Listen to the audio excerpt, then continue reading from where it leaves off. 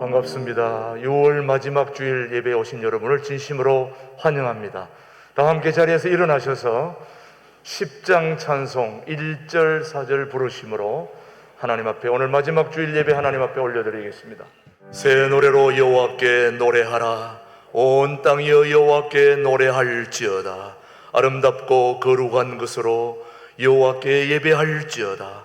여호와는 크신 하나님이시요 모든 신들보다 크신 왕이시기 때문이로다. 예수께서 이르시되 나는 생명의 떡이니 내게 오는 자는 결코 줄이지 아니할 것이요 나를 믿는 자는 영원히 목마르지 아니하리라. 예배의 주인이신 하나님 아버지, 오늘 우리의 모든 삶이 주님의 것임을 고백하면서 오늘도 마음과 뜻을 모아 예배하오니 우리의 예배를 받아 주시옵소서. 예수님의 이름으로 기원하옵나이다. 아멘. 지난 한 주를 뒤돌아보며 침묵으로 계속해서 참회의 기도를 드리겠습니다. 하나님 아버지 감사합니다. 지난 한 주를 뒤돌아보며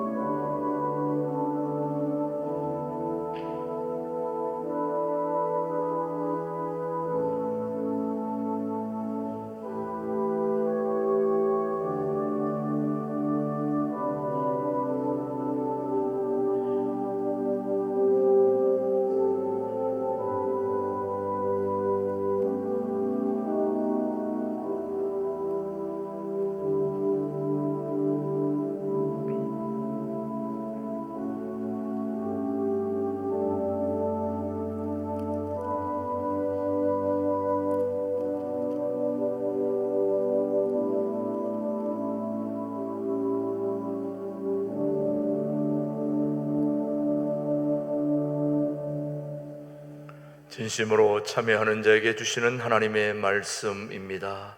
허물의 사함을 받고 자신의 죄가 가려진 자는 복이 있도다.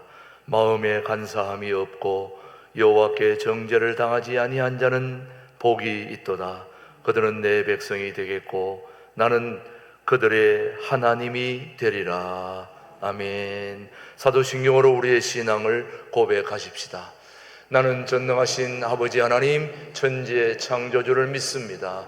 나는 그의 유일하신 아들 우리 주 예수 그리스도를 믿습니다. 그는 성령으로 잉태되어 동정녀 마리에게서 나시고 본디오 빌라도에게 고난을 받아 십자가에 못 박혀 죽으시고 장사된 지 사흘 만에 죽은 자 가운데서 다시 살아나셨으며 하늘에 오르시어 전능하신 아버지 하나님 우편에 앉아 계시다가 거기로부터 살아있는 자와 죽은 자를 심판하러 오십니다. 나는 성령을 믿으며 거룩한 공교회와 성도의 교제와 죄를 용서받는 것과 몸의 부활과 영생을 믿습니다. 아멘. 모두 자리에 앉으셔서 27장 찬송을 부른 후에 우리 배영구 장로님 우리를 대표해서 기도해 주십니다. 실록이 푸르름을 더해가는 이 아름다운 계절에 조국을 위해 목숨을 바친 순국선열 및 호국 영령들의 고귀한 삶이 있었기에 저희들 지금까지 자유와 평화, 번영을 누리며 살아가게 되었음에 감사를 드립니다.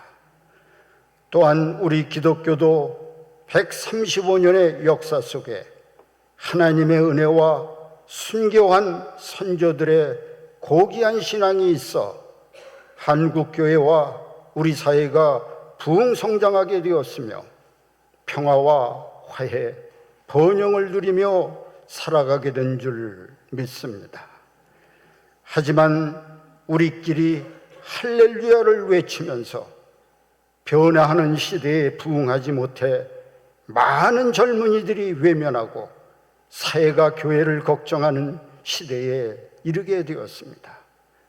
아버지여, 변화해야 한다는 거친 생각, 이를 바라보는 기존 전통교인들의 불안한 눈빛, 아마도 이를 시행하고자 하는 도전은 전쟁 같은 치열함으로 비춰질 수도 있겠지만 믿음으로 변화에 꼭 승리하여 주님께 영광 돌리게 하옵소서.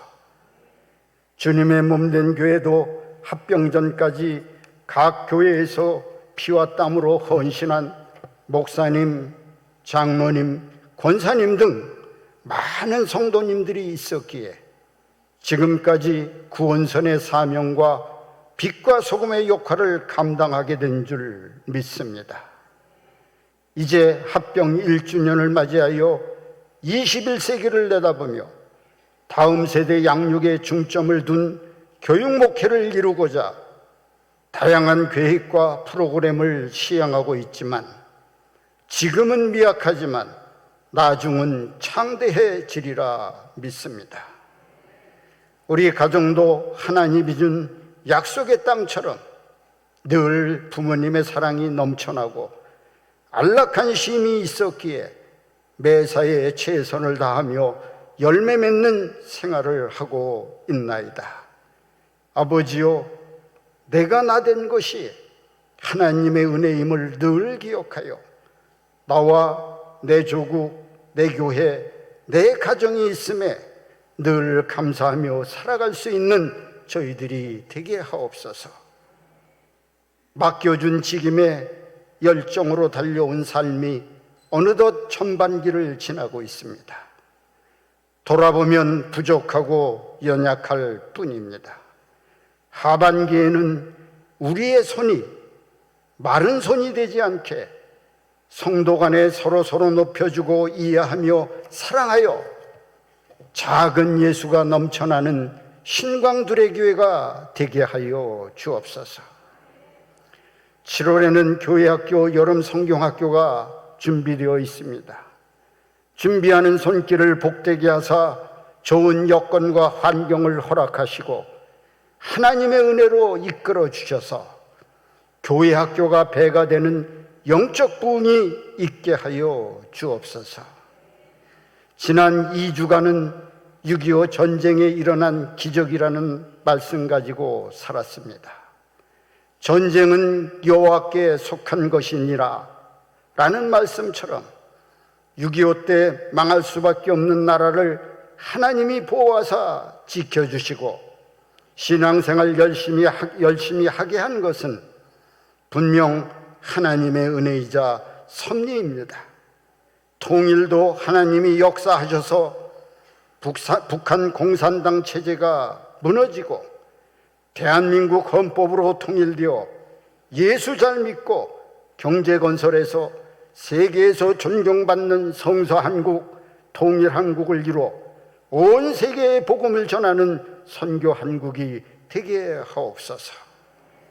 오늘도 말씀을 전하시는 김진홍 목사님과 최동록 목사님께 영육간의 강건함과 하늘의 능력과 권세와 성령 충만함을 주셔서 그 말씀 받는 저희들, 우리의 손이 능력의 손, 사명의 손, 복음의 손이 되게 하여 주옵소서.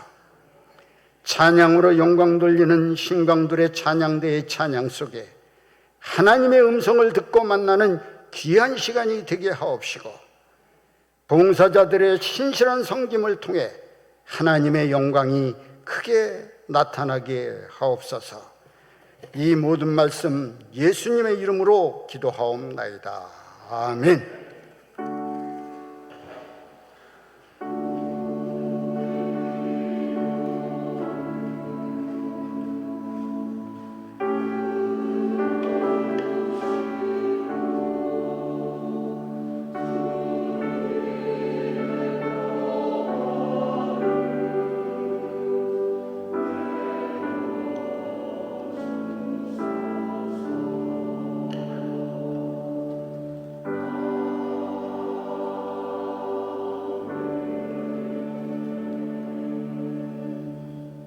오늘 우리에게 주신 하나님의 말씀은 사무엘상 17장 46절로 47절의 말씀, 오늘 우리에게 주신 하나님의 말씀으로 받겠습니다. 46절입니다.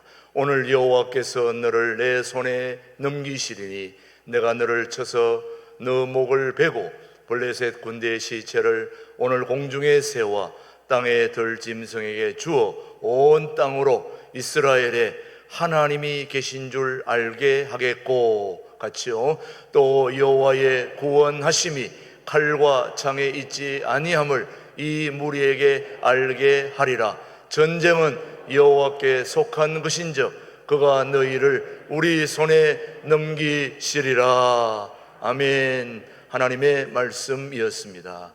이제 신광둘의 찬양대 깨트린 녹합이라는 제목으로 하나님께 영광 돌린 후에 이제 김준호 목사님 6.25 전쟁에 일어난 기적, 오늘 세 번째 우리 교우들만 들을 수 있는 귀한 말씀 은혜 가운데 듣게 되기를 바랍니다.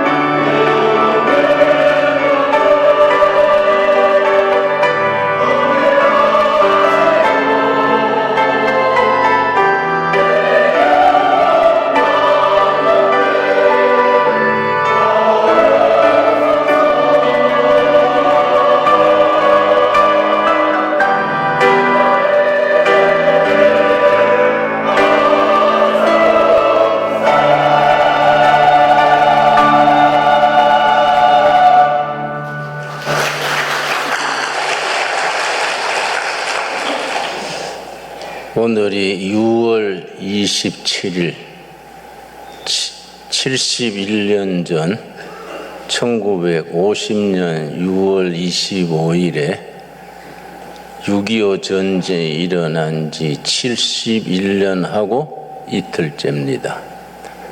6.25 전쟁에 대해서는 우리 후손들에게 바르게 알려줄 필요가 있겠거니와 예배 시간에 설교니까 전쟁 얘기를 할 것은 아니고 그 단군 이래 최대 비극이었던 6.25 전쟁 속에서 하나님의 손길이 이 민족 우리 결의 이 백성 한국교회를 사랑하셔서 어떻게 역사하셨는가 그 얘기를 하고자 합니다.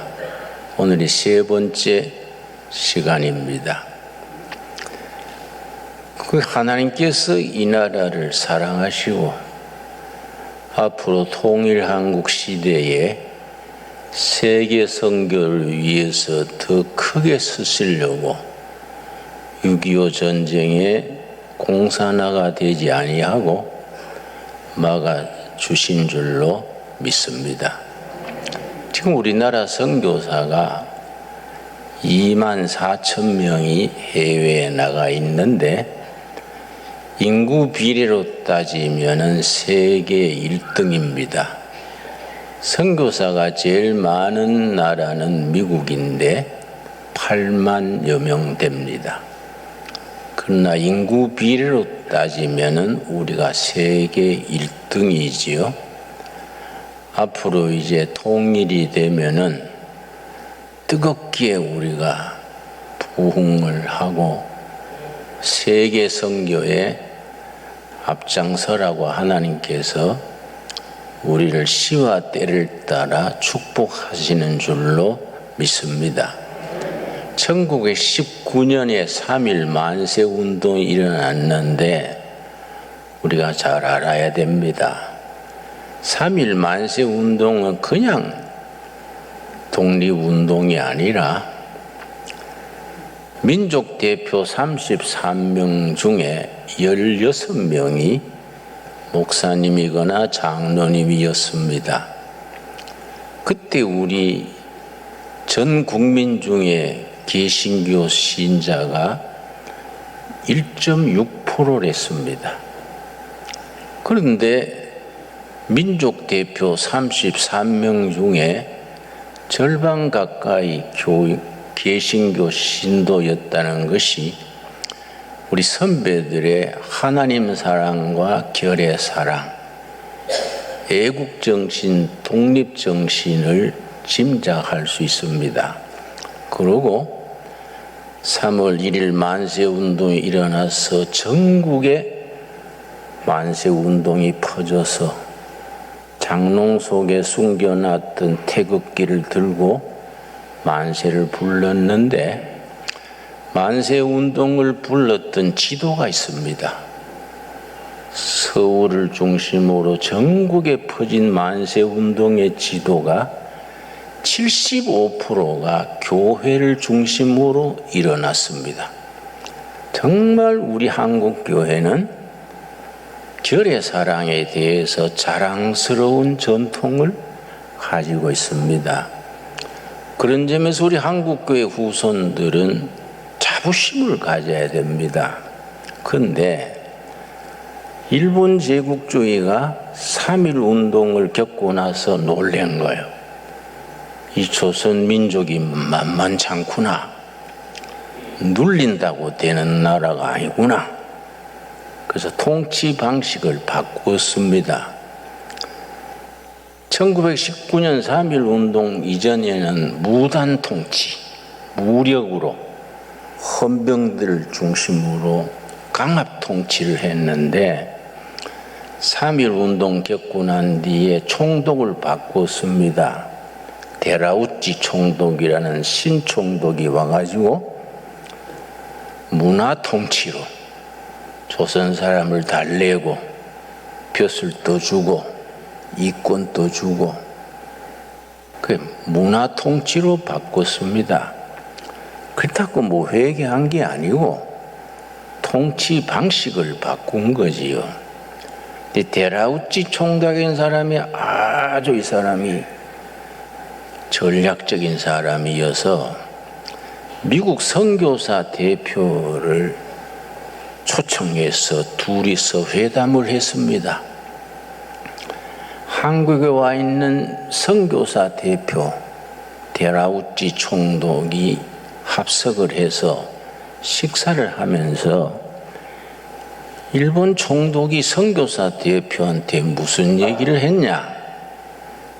우리 일본이 선교사들의 선교 활동은 간섭하거나 방해하지 않을 테니까 선교사 쪽에서도 협력해 주시오.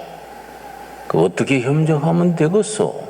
그러니까 우리는 선교의 교회에 간섭 안 할 테니 선교사들도 한국교회 지도자들, 교인들 달래가지고 교회 안에서 민족운동, 독립운동, 항일운동은 하지 말고 순수 복음만 전하게 해주시오.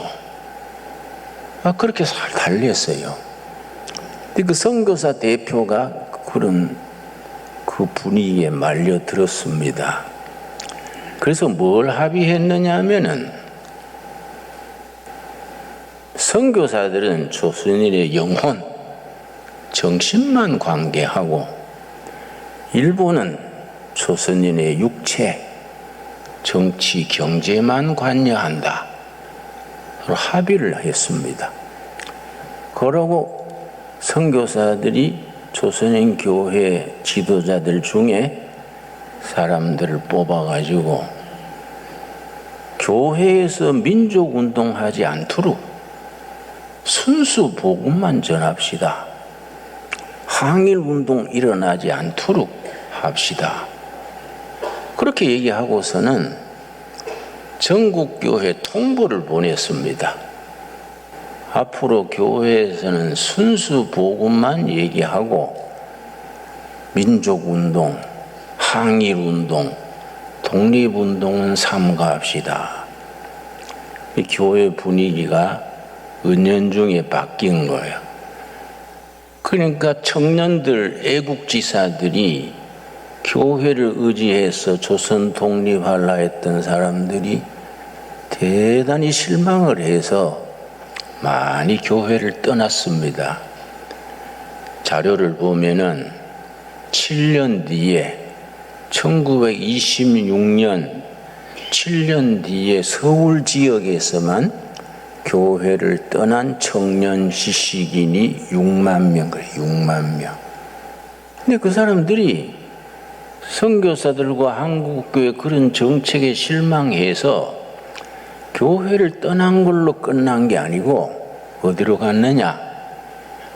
1917년에 러시아에서 공산혁명이 레닌의 지도로 성공한 뒤에 레닌이 뭐라고 선포했느냐 하면은 소련 공산 정부는 전 세계 피압방 민족 해방에 적극 지원한다.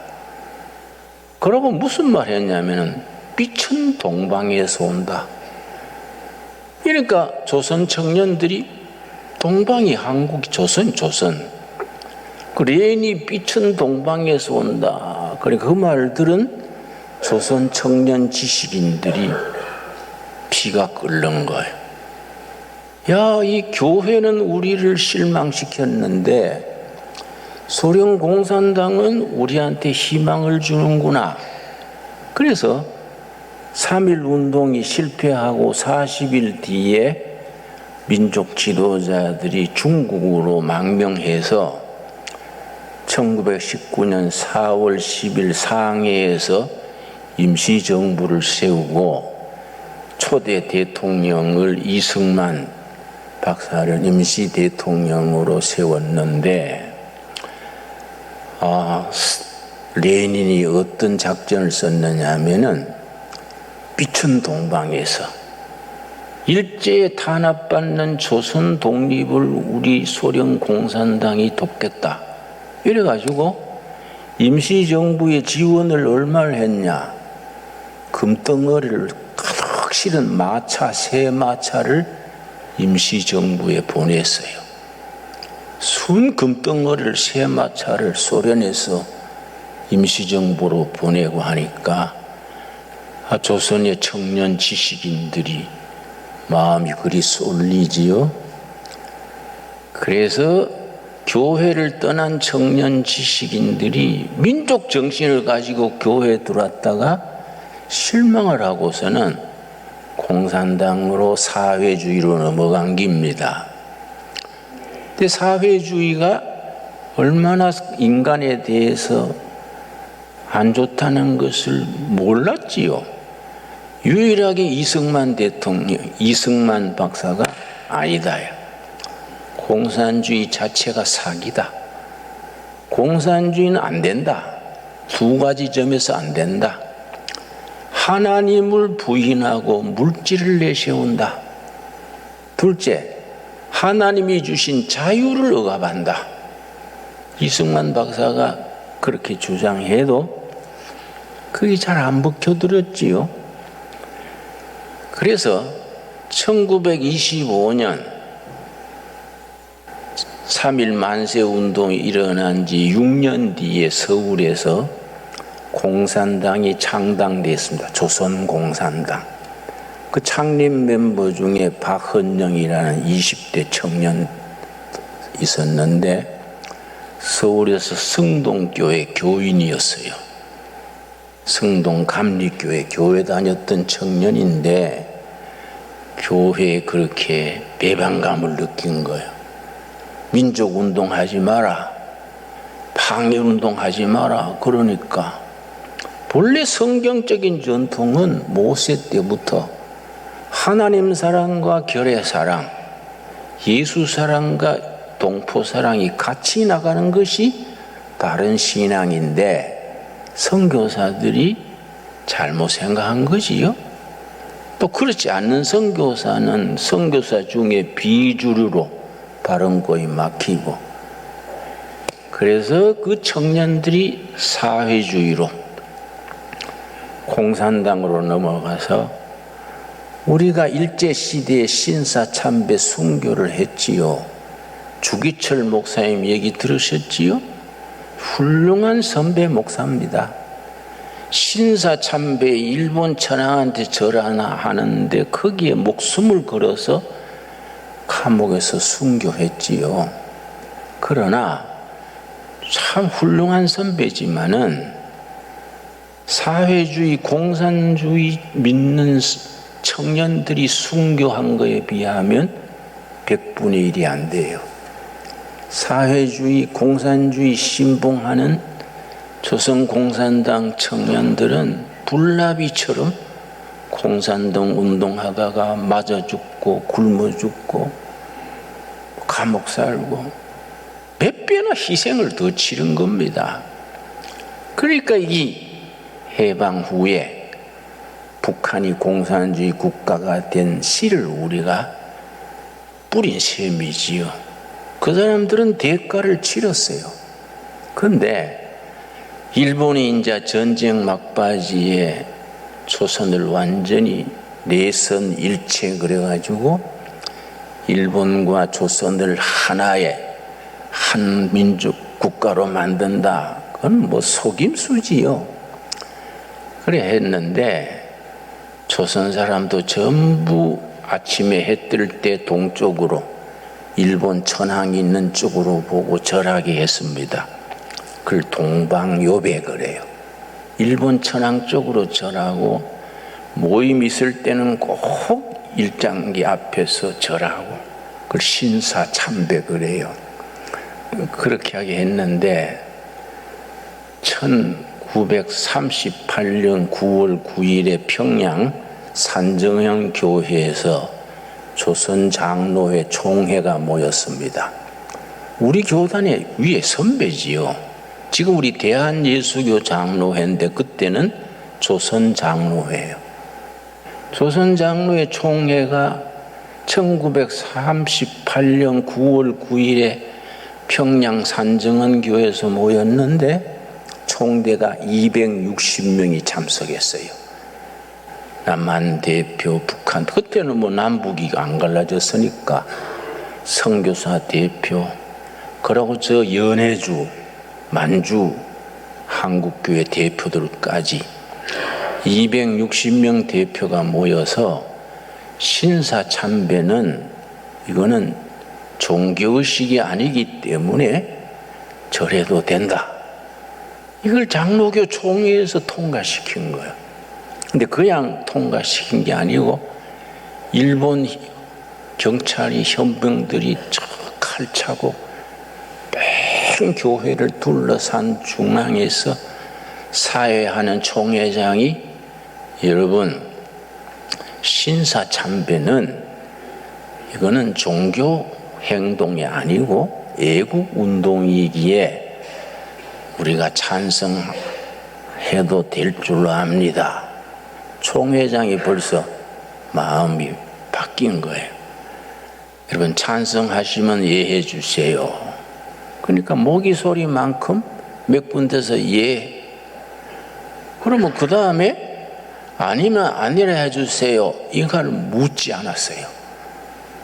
그냥 그 말 듣고 방배일을 두드린 거예요.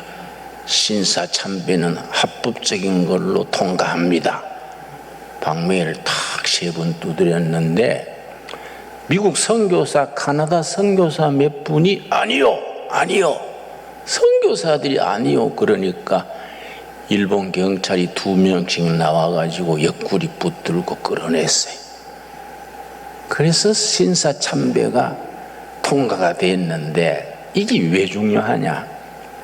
그때 한국의 장로, 목사, 총대들이 한 100명이 일어나가지고 260명 중에 아니요. 그래 그 중에 10명쯤 순교했으면 남북이 안 갈려졌어요. 세계 여론이 돼가지고 소련군이 북한으로 들어오지를 않았을 겁니다. 미국이 북한까지 다 점령해서 통일한국이 됐을 겁니다. 그런데 왜 그날이 중요하냐? 딱 10년 뒤에 1838년 9월 9일인데요. 1948년 9월 9일 같은 날 평양에서 조선민주주의 인민공화국이 선포된 겁니다. 김일성 정권이 선포된 겁니다. 참 역사란 건 무섭습니다.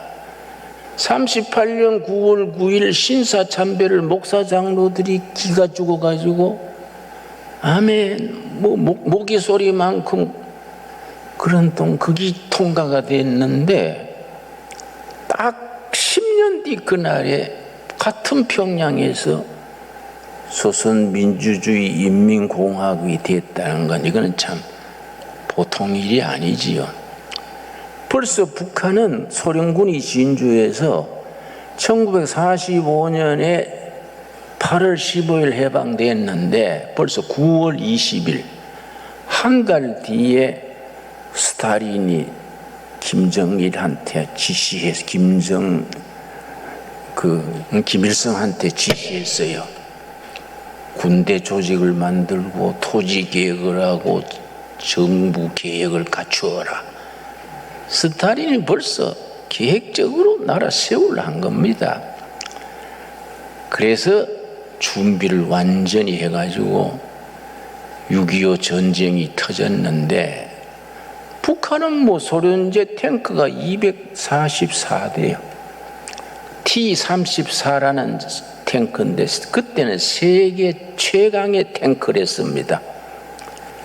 그걸 244대를 앞세워가지고 12만 군대가 밀고 내려오니까 당할 수가 없지요. 그런데 그 군사 작전을 누가 세웠냐면 김일성은 러시아군 대위 출신이야. 이 사람이 전쟁을 지휘할 만한 지도력이 없지요. 소련 장군 중에 바실리에프 장군이라고 아주 작전 세우는데 천재가 있었습니다. 스탈린이 그 사람을 보내가지고 얌치만한 계획서를 짜서 그 각본대로 한 겁니다. 그래서 서부, 중부, 동부 12만 명이 진격해 내려오고 또 동해안으로 완전히 특공대 훈련받은 600명이 배를 타고 그 배가 동해안으로 해서 부산에 상륙해가지고 부산에 막 점령해가지고 외국에서 지원이 못 오도록 하려고 배가 출발했습니다. 근데 한국에는 그 전에 대한민국 48년에 독립은 됐는데 해군이 배가 없는 겁니다. 그래서 해군 군인들이 국민들이 성금을 거뒀습니다. 교회에서도 헌금했습니다. 해군 군함 한 척 사자. 그 2차 대전 때 중과품 배를 군함을 한 대 샀어요. 그래가지고 이제 한 대 사가지고 축하 파티를 했는데 6.25가 터진 뒤에 그 선장이 군 중령이에요, 중령. 이 선장이 6.25 터지니까 동해안 쪽으로 포항 앞으로 영일만으로 진출해서 혹시 배로 진격해 올 줄 모른다 올라가는데 포항 부근의 영일만 앞에서 수상한 배가 한 척 오는 거예요. 그게 북한 특공대 600명이 타고 부산으로 가는 배예요. 그러니까 이제 선장이 수상한 배가 한 척 옵니다. 그러니까 이렇게 뭐 망원경으로 보니까 어선으로 위장을 했는데 가짜 같아. 어선이기에는 너무 커요. 그래서 이상하다. 완전히 어선처럼 했는데 수상해서 가까이 가서 배를 세워라. 아니면 발포한다. 그랬더니 배를 세운 게 아니라 발표를 한 거예요.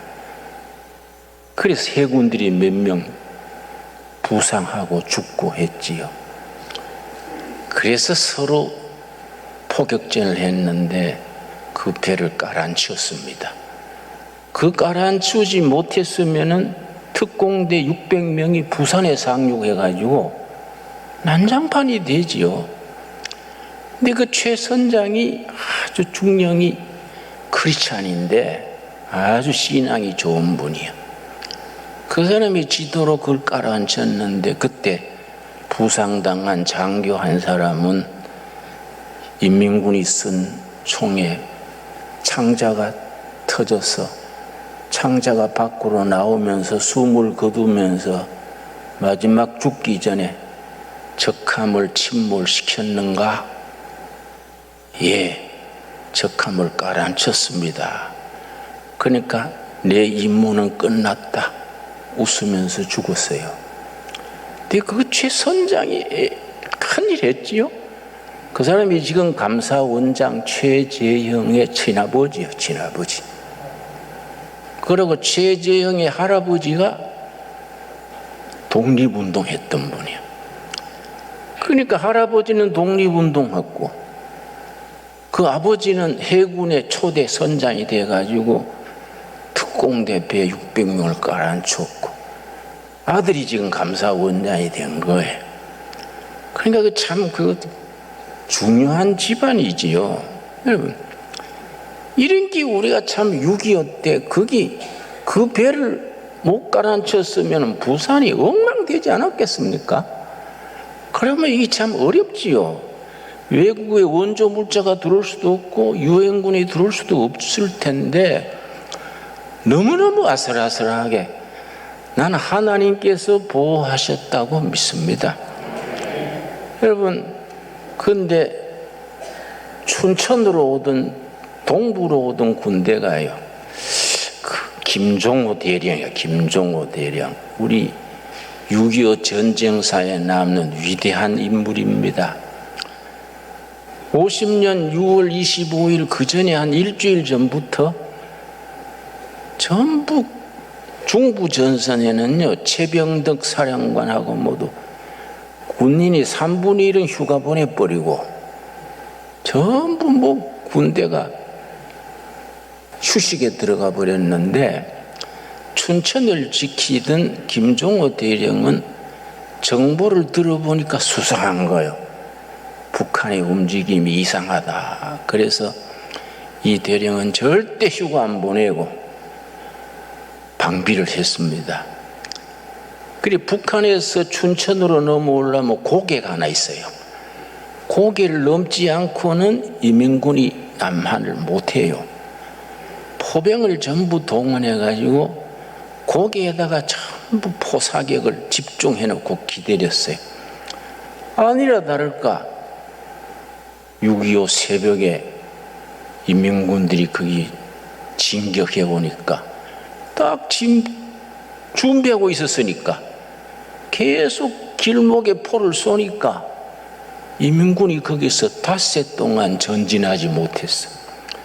근데 소련 작전 계획에는 춘천으로 와가지고 수원으로 내려가가지고 서울에서 국군이 후퇴하는 걸 딱 가로막아가지고 전쟁을 끝내려 했는데, 김종호 대령이 포병을 딱 동원해가 닷새 동안 저지시키니까 나중에 포탄이 떨어져가지고 후퇴했어요. 근데 그게 아주 황금의 저지.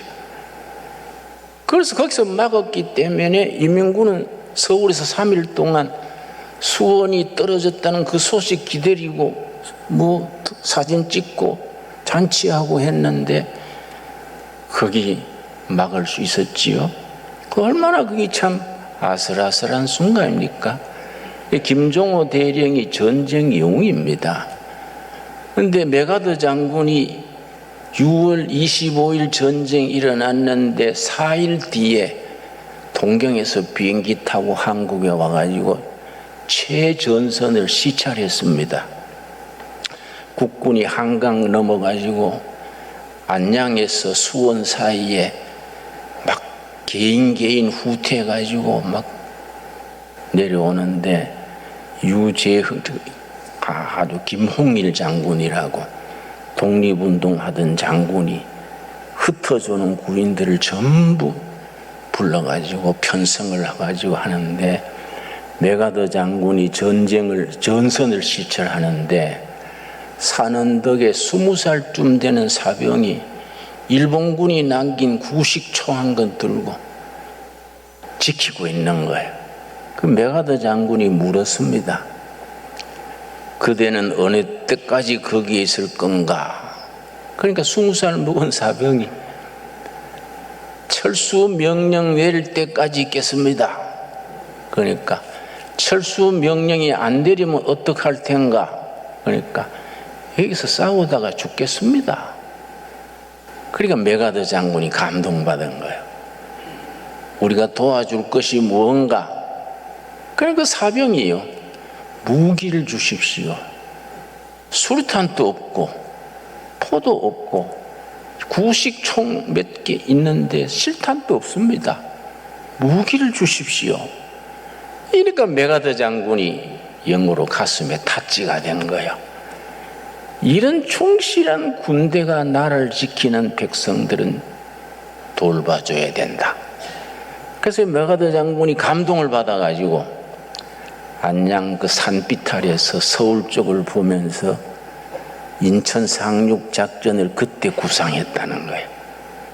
이 전쟁을 이기려면은 중간에 허리를 끊어서, 그래서 워커 장군 있지요. 워커 장군, 여러분 워커힐 아시지요? 워커힐이 워커 장군을 기념하는 언덕, 그러면 워커힐입니다. 힐이 언덕이지요. 워커 장군을 기념해서 워커힐이 지금 있는 겁니다. 여러분 워커힐 가보면은 워커힐 안에 워커힐 장군 기념비가 하나 서 있습니다. 그분한테 메가더 사령관이 낙동강 방어선을 목숨 걸고 지켜라. 이게 뚫리면은 인천 상륙 작전할 시간도 없다. 워커 장군한테 지시를 했어요. 그래서 이제 영천에서 진해 사이, 그게 이제 낙동강 방어선의 최전선인데, 그거 뚫히면 안 되는 겁니다. 그런데 1950년 9월 초에 영천이 뚫혀버렸어요. 영천이 뚫히면 이게 이제 부산까지 내리 진격하는 겁니다. 그때 유재흥 장군이라, 유재흥 대령이지요. 이 사람이 방어 책임자인데 아주 머리를 잘 썼어요. 나는 그 영천 지나서 고향 청송이기 때문에 어릴 때 늘 고향 갈 때 그리로 갔지요. 영천에 3거리가 있어요. 한 길은 경주로 가고, 한 길은 대구로 가고, 한 길은 내 고향 청송으로 가는데, 유재흥 장군이 자기 군대는 약하고 무기도 약하고 두 군데 다 막을 수는 없고 어디서 막으면 될까? 아마 이 군대가 경주 쪽으로 갈 것이다. 그래, 경주 쪽에 군대를 전부 매복을 시켰어. 국군을 다 매복을 시켰는데 이게 맞아 들어가는 거예요. 이민군이 경주 쪽으로 안심하고 진격하는 겁니다. 국군이 매복한 줄 모르고 딱 걸려서 아주 사단이 거의 전멸해서 사단장이 김책인가 그런 사단장이 혼자 말 타고 도망했어요. 그러니까 영천 전투에서 방어했다 그러니까 국군들이 사기가 올라간 거예요. 그때 뚫혔으면 우리는 지금 김정은 장군님하고 사는 겁니다. 그게 1950년 9월 4일에서 9월 8일 사이에요. 근데 그 일주일 뒤에 메가더 장군이 인천 상륙 작전을 성공한 거지요. 그러니까 영천 전투에서 승리하지 못했으면 인천 상륙 작전도 없는 겁니다. 얼마나 참 아슬아슬합니까? 인천 상륙 작전 성공하기 전에 영천 전투를 그렇게 유재흥 장군이 그걸 막아가지고 인민군 사단 전체를 격퇴하고 사단장이 도망가게 한 그게 얼마나 기적입니까? 그런데 춘천 전투 때도 그래요. 아까 김종호 장군이 춘천을 막아서 5일간 막았다 그랬지요? 근데 그 전해에 6.25 나기 6개월 전에 군대에서 숙군 작업이 있었는데 군대 안에 공산주의자가 너무 많았어요. 그 조직 책임자가 박정희 소령 아니랬습니까? 근데 춘천에도 대대장 2명이 공산당원이랬어. 조선노동당 공산당원이랬는데 1948년 12월 1일에 이승만 대통령이 국회에서 국토보안법, 국보법 그래요. 군대 안에, 경찰 안에, 공무원 안에 공산주의자를 색출해가지고 제거하는 게 숙군 작업 그럽니다. 5,200여 명을 찾아내가지고 총살도 하고 제도도 시키고 했는데 그때 박정희 소령이 신분이 들통나가지고 사형 선고를 받았다고 지난번 말씀드렸지요. 근데 그 상관이 송료찬이야. 부하가 너무 아까워가지고 성실하고 정직하고 유능해서 상관이 부하 소령을 찾아가가지고 박정희 소령 그렇게 개죽음을 당하면 되겠냐, 전향을 하고 대한민국에 충성하소. 그래서 그 대가로 자기가 군사 조직 책임자니까 군대 안에 있는 200명 공산당 핵심 명부를 넘겨주고 자기가 살아남깁니다. 그런데 춘천 지역에도 대대장급 2명이 군대 안에 잠복하고 있었는데 숙군 작업이 진행되니까 6.25 전쟁 나기 넉 달 전에 대대장이 대원들 몽땅 데리고 월북해버렸어. 월북. 대원들 데리고 대대장이 2대대가 월북해버렸어. 그때 월북 안 했으면은 춘천 전투에서 김종호 장군이 막아낼 수 있었겠습니까? 그러니까 영적으로는 합력해서 선한 겁니다.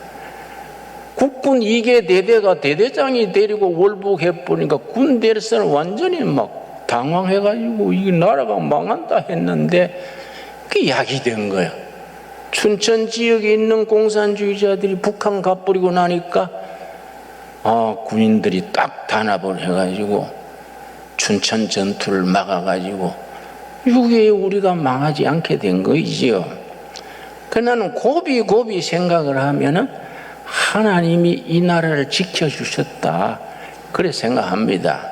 하나님이 그래서 낙동강 전선이 영천에서 무너졌다 그러니까 미국 대사가 무초 대사가 진해에 있는 이승만을 찾아왔어요.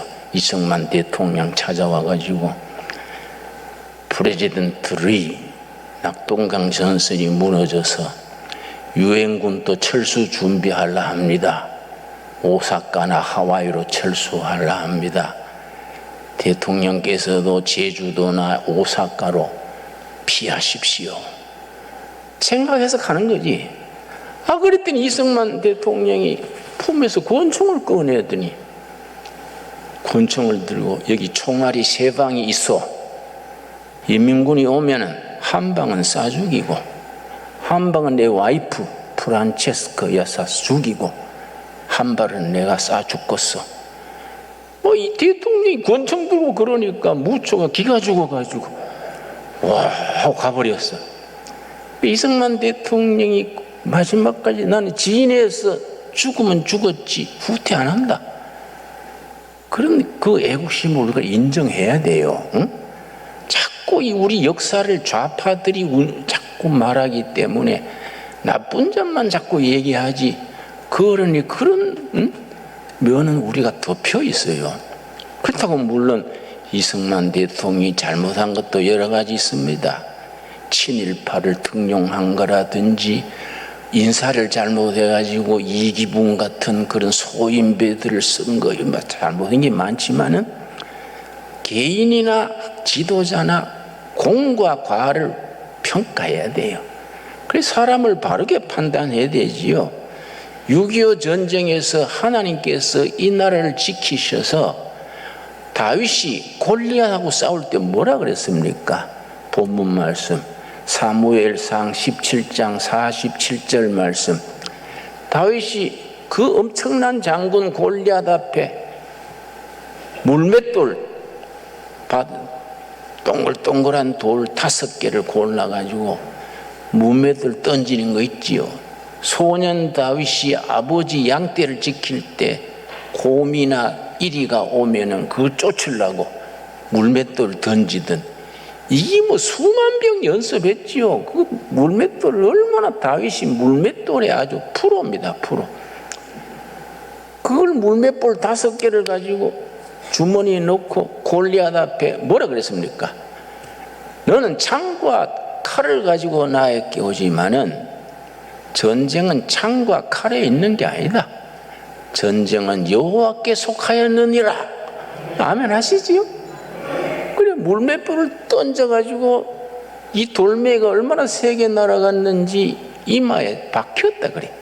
이마를 탁 치고 돌이 티 난 게 아니고 이마에 돌이 박힌 거예요.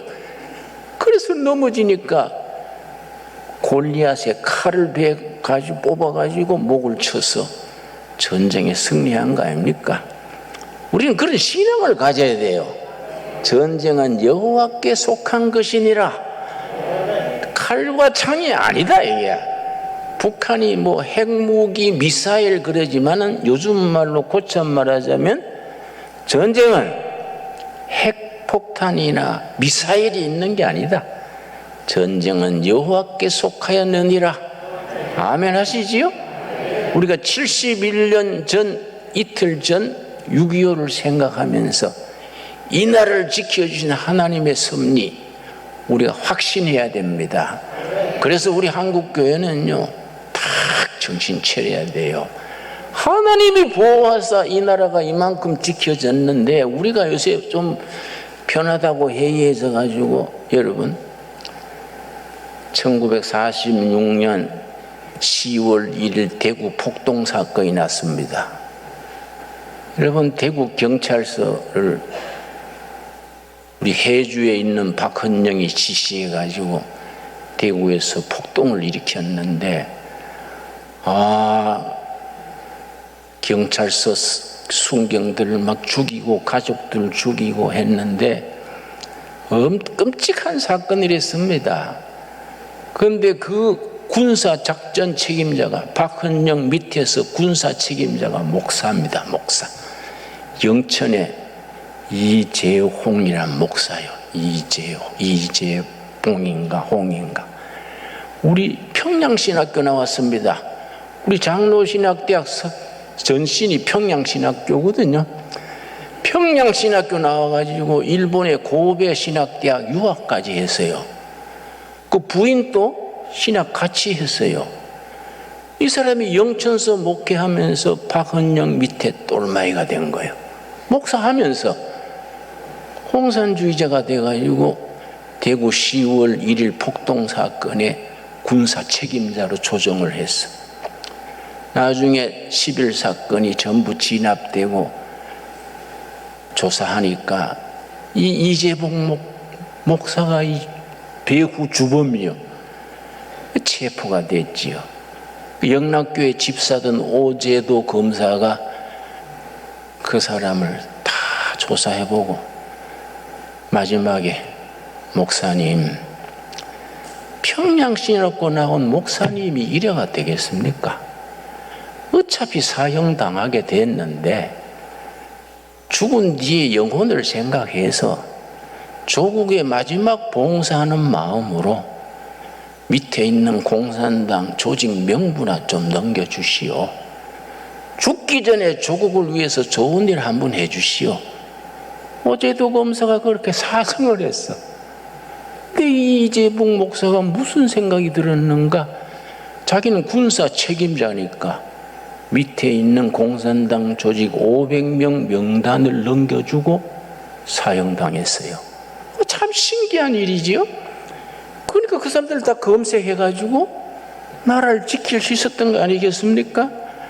여러분 지금 또 목사님들 중에는 이상한 말 하는 사람들이 있어요. 신부님들 중에도 괜히 북한 칭찬하고 뭐 김정일이 총명하고 영웅이고 위대한 지도자고, 그러니까 신부가 그 정의구현사재단 속했는 신부가 나한테 자꾸 김정은이 칭찬을 해서 내가 열받아가지고 역시 남자는 장가 여자한테 시달려봐야 철이 들지. 당신 장가를 안 가야 철이 안 들요. 응? 그 뭔 소리요 당신이? 정신 좀 차리소. 안 그렇습니까? 신부 목사가 공산주의 칭찬하고 편들고 북한이 무슨 이상주의 국가처럼 떠들면 그게 자기 혼자 망하면 괜찮지 나라 망할 일 아닙니까? 예. 그런 역사 속에서도 하나님의 손길, 하나님이 인도하심이 이 나라 이 교회를 지켜주시는 줄 믿습니다. 기도하겠습니다. 하나님 감사합니다. 때를 따라 이 나라를 지켜주시고 전쟁은 칼과 창에 있는 것이 아니라 여호와께 속한 것이니라. 다윗의 고백이 우리들의 고백이 되게 하여 주시옵시고 북한의 핵무기나 미사일이나 이것이 문제가 아니라 십자가의 믿음으로 부활의 능력으로 이 나라 지키고 통일 한국을 이루어서 전 세계에 높임받는 선교 한국 5대양 6대주의 선교사를 보내서 세계 선교에 앞장서는 대한민국을 이루게 하여 한국교회를 이루게 하여 주시옵소서. 예수님 이름 받들어 기도드렸사옵나이다. 아멘. 우리 찬송가 260장 부르면서 봉헌하겠습니다. 때를 따라 도우시는 아버지 은혜 감사하여 감사함으로 예물을 드립니다. 71년 전 우리 북한군이 이렇게 남침하였을 때 하나님의 도우심으로 이민족 한국교회를 지켜주셨음을 감사드립니다. 그 감사함으로 열심히 교회 섬기게 하옵시며 결례를 섬기게 하옵시며 통일 한국의 꿈을 이루어서 하나님이 주신 축복과 사명으로 세계 선교로 나갈 수 있는 우리들의 사명을 주시옵소서. 우리 신강둘의 교회 주여 살펴주시옵소서. 통일 한국을 준비하는 교회입니다. 우리 성도들 가정 사업장마다 일터마다 축복하셔서 물질의 축복을 허락하셔서 교회 위에 결례 위에 북한 동포 위에 선교 위에서 많이 쓸 수 있도록 축복의 통로가 되게 하여 주시옵소서. 오늘 헌금에 참여하는 가정 심령 지켜주시옵시고 하늘의 축복으로 채워주시옵소서. 예수님 이름 받들어 기도드렸사옵나이다. 아멘. 여러분, 오늘 2시에 특별 강사 브라이언 박입니까? 그 사람 보통 분 아닙니다. 아주 참 은혜 충만한 사람입니다. 훌륭한 아주 참 영적인 그런 체험이 있는 사람입니다. 옛날에 미국에서 마약하고 그러다가 성령의 감동으로 완전히 새로워져서 지금 많이 역사하고 있습니다. 그분이 이제 오늘 강사로 오니까 많이 참석해서 은혜를 나눌 수 있게 되기 바랍니다. 특별히 여러분 자녀들이 이런 이 설교 좀 들으면 좋은데 지금 어렵겠지요. 나중에 그 녹음된 거라도 자녀들한테 다 듣게 해서 영적인 역사가 얼마나 중요한지 우리 각 가정에 우리가 딱 중심을 잡게 되기 바랍니다. 감사합니다. 우리 앞뒤 좌우로 서로 인사하겠습니다. 반갑습니다. 통일한국을 준비하는 우리 신광두레교회에 오신 모든 분들을 주님의 이름으로 환영합니다. 71년 전에 6.25 이후부터 하나님께서 우리 대한민국을 붙들어 주신 줄로 믿습니다. 우리 김진호 목사님을 통해서 오늘도 6.25 세 번째 말씀을 들었습니다. 우리 신광두레교회에서만 들을 수 있는 말씀입니다. 이 소중한 말씀 전해주신 우리 목사님께 다시 한번 건강 위해서 축복, 감사의 말씀 한번 축복합니다. 감사합니다. 고맙습니다. 그렇습니다. 우리 오늘 신광두레교회에 또 영원한 하나님의 은혜가 함께 하실 줄로 믿습니다. 새로 등록한 우리 최태경 우리 형제님 나오셨나요? 오늘 동부 센트레벨에 계시는 분 일어나시면 환영하겠습니다. 최태경 교우님, 아마 오고 있는 중인가 싶습니다. 등록 못 하신 분들은 나가다가 또 안내서가 있으니까 등록해 주시고 또 함께 교제하도록 하겠습니다. 6.25 71주년을 지난주에 보내고 오늘 또 이렇게 좋은 복된 주일을 맞이했습니다. 이제 6월 마지막 주일인데요, 전반기를 마치고 이제 후반기를 시작하는 시점에 전반기에 베풀어 주신 하나님의 은혜를 생각하며 드리는 맥주 감사주일 예배가 다음 주에 있습니다. 후반기에는 추수감사주일이 있고 전반기를 마치면서 시작되는 맥주 감사주일, 전반기에 여러분에게 베풀어 주신 하나님의 은혜를 생각하며 하나님 앞에 감사하는 맥주 감사주일을 잘 준비할 수 있게 되기를 바랍니다.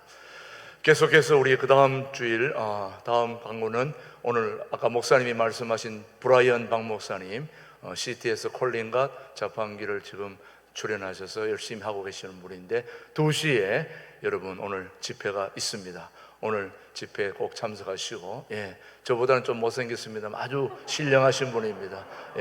오늘 오실 때에 저는 형님같이 모시는 분이신데 아주 우리 과암에서도 또 청소년 집회까지도 잘 하시는 분이세요. 아주 대단한 분이신데 오늘 김진호 목사님하고 생방송도 여러 번 하셨고 또 그렇게 하신 분이신데 오늘 여러분 기대하면서 오고 있습니다. 오후 2시에 다 참여하시다. 오늘은 2시부터는 바로 말씀으로 들어갈 수 있도록 45분부터 찬양을 할 것이니까 그렇게 하시고, 오늘은 집회하시는 분들을 위해서 오늘 빵을 준비했습니다. 여러분, 오늘 특별히 그 소보루빵하고 단팥빵을 준비했는데, 그거 먹고 참기 힘든 분은 밖에 나가서 마음껏 드시고 오시고요. 그 외에는 그거 드시고 물 많이 드시고 오늘 오후 집회에 참여해 주시면 감사하겠습니다. 오늘 빵은 우리 최명자 권사님 가족에서 오늘 600개 준비했습니다. 감사드리고요. 오늘 나머지는 여러분 오후 찬양 여러분 참석하시고 집회에 은혜 받으시면 좋겠습니다. 그 다음 강보는 7월 월삭 예배입니다. 7월 한 달을 기도로 맡기는 월삭 감사 새벽 예배, 이번 주 목요일 날 새벽 5시에 있다는 거 여러분 기억하시고 같이 참여하셔서 나라와 민족을 위해서, 교회를 위해서 같이 기도하기를 바라고요. 정기 재정 감사가 지금 실시되고 있습니다. 우리 1주년을 지나면서 교회 전반적으로 모든 감사를 통해서 다시 한번 정비를 하려고 하니까 우리 감사 잘 될 수 있도록 기도해 주시기를 바라고요. 그 다음에 지난번에 신광두레교회 통합 1주년 꽃사진 전시회를 하는데, 지난번에 여러분들이 꽃을 보내주셨는데 60여 분이 참여를 했습니다. 그래서 심사를 하고 있는데요, 여러분이 기도문이나 좋은 시를 보내주시면은 여러분 거기에다 실어가지고 사진을 해가지고 저 입구에다 붙여놓으면, 여러분이 잘 됐는지 못 됐는지 스티커를 하나씩 붙여주면 여러분이 심사를 하도록 하겠습니다. 그러니까 아시고 좋은 시라든지 기도문을 우리 조기 연락처에다 보내주시면은 그렇게 하도록 하겠습니다. 나머지 교육부 정기 모임 또 감사 여러분 참고해 주시고, 오늘은 특별히 두레 수도원에서 금식 가족들이 함께 참여했습니다. 오늘 우리 금식 가족들 열흘 금식 이제 남아있는 한 주간을 또 잘 건강하게 보낼 수 있도록 우리 금식 가족들을 위해서 격려의 박수 한번 보내주시기 바랍니다. 축복합니다. 감사합니다. 네. 금식 가족들은 빵 지나가시면서 보시고 한번 냄새 맡고 가시면 좋겠습니다.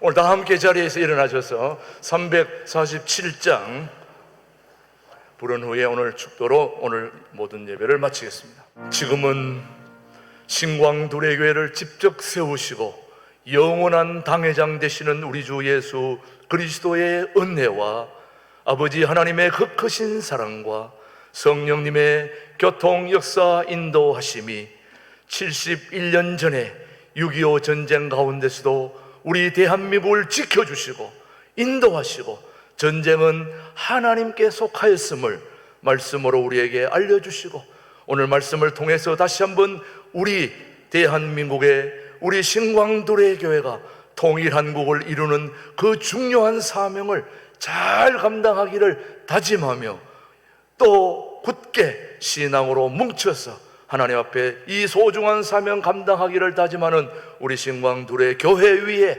우리 민족 위에 이제로부터 영원토록 함께 하시기를 간절히 축원하옵나이다. 아멘.